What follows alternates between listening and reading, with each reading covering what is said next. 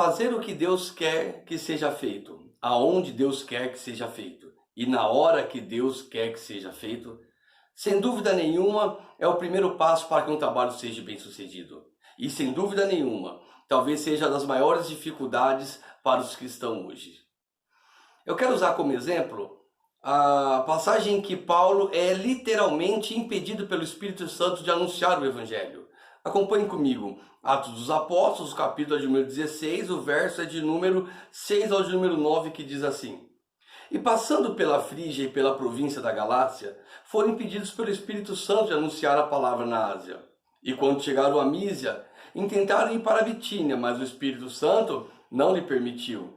E tendo passado por Mísia, desceram a Troade. E Paulo teve de noite uma visão, em que se apresentou um homem da Macedônia e lhe rogou, dizendo: Passa a Macedônia e socorre-nos. O verso de número 5, você vai ver que há uma confirmação das implantações da igreja. A obra missionária, encabeçada pelo apóstolo Paulo, está indo de vento em popa. Apesar de Paulo ter se separado de Barnabé, ele agora está com Silas e com Timóteo. O evangelho está sendo pregado, as igrejas confirmadas, Deus está abençoando. Então Paulo, como qualquer outra pessoa que está vendo a obra prosperar, ele então entenda no seu coração alcançar um lugar ainda não alcançado. Mas é aí que a Bíblia nos chama a atenção de entender a vontade de Deus, saber a direção de Deus, a hora e o local em que Deus quer que nós estejamos.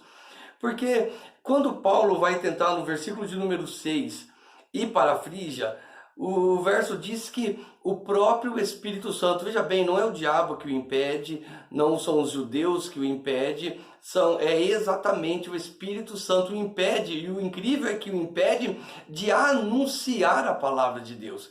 Mais que anunciar a palavra, é entender que a quem Deus quer que a palavra seja anunciada, aonde Deus quer que a palavra seja anunciada. Então Paulo, no verso 7, vai chegar a Mísia, e de lá ele vai tentar ir para Bitínia, e mais uma vez o Espírito Santo vai se opor a ele e impedi-lo de ir para a cidade. E então ele vai voltar e à noite Paulo vai ter uma visão. Bom, a visão já é o primeiro passo de entender aonde Deus quer que ele esteja. E na visão um varão macedônio vai aparecer e vai dizer: Paulo, passa a Macedônia e nos ajuda.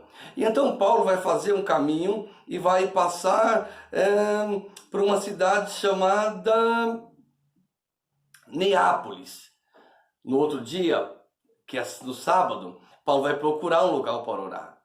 E procurando um local para orar, Paulo vai encontrar um grupo de mulheres, aonde ele vai encontrar não um varão macedônio, ele vai encontrar uma mulher chamada Lídia, da cidade de Tiatira. E Deus abriu o coração dessa mulher para ouvir a palavra. E o resultado vai ser Paulo batizando não só ela, mas toda a sua casa. Paulo segue o caminho dentro da vontade de Deus e da direção de Deus, aonde Deus quer que ele esteja, fazendo o que ele quer que se faça, a hora que ele quer que seja feita.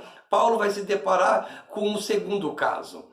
O segundo caso é uma jovem duplamente acorrentada, aprisionada, escravizada.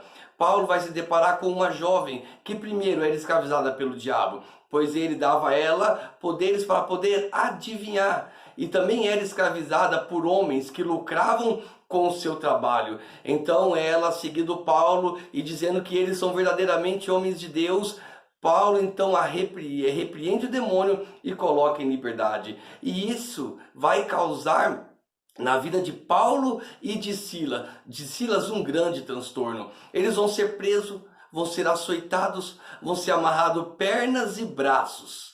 Talvez eles poderiam ter pensado: nós estamos fora da visão de Deus. Nós não estamos aonde Deus quer que nós estejamos.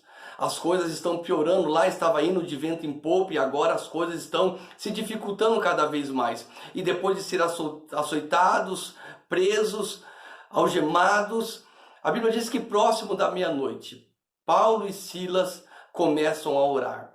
E depois a louvar ao Senhor. E você conhece a passagem, Deus envia um grande terremoto. E nesse terremoto as correntes são soltas, as portas são abertas. E quando o carcereiro, o cuidador daquela prisão, vê todo aquele alvoroço, então ele pega a espada para se matar, porque ele entendeu que os prisioneiros haviam fugido.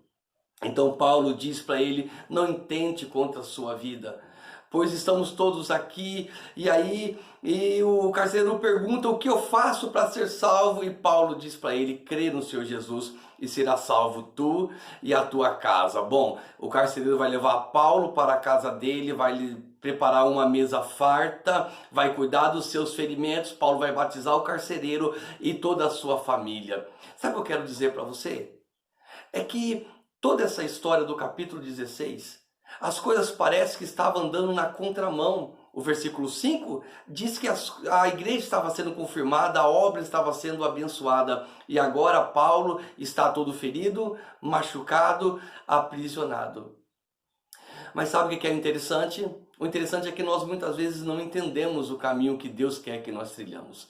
Como Isaías vai dizer no capítulo 55, verso 9, que os pensamentos de Deus não são os nossos pensamentos e os caminhos de Deus não são os nossos caminhos, pois assim como os céus é mais alto que a terra, assim os pensamentos de Deus e os caminhos de Deus são mais altos do que o nosso.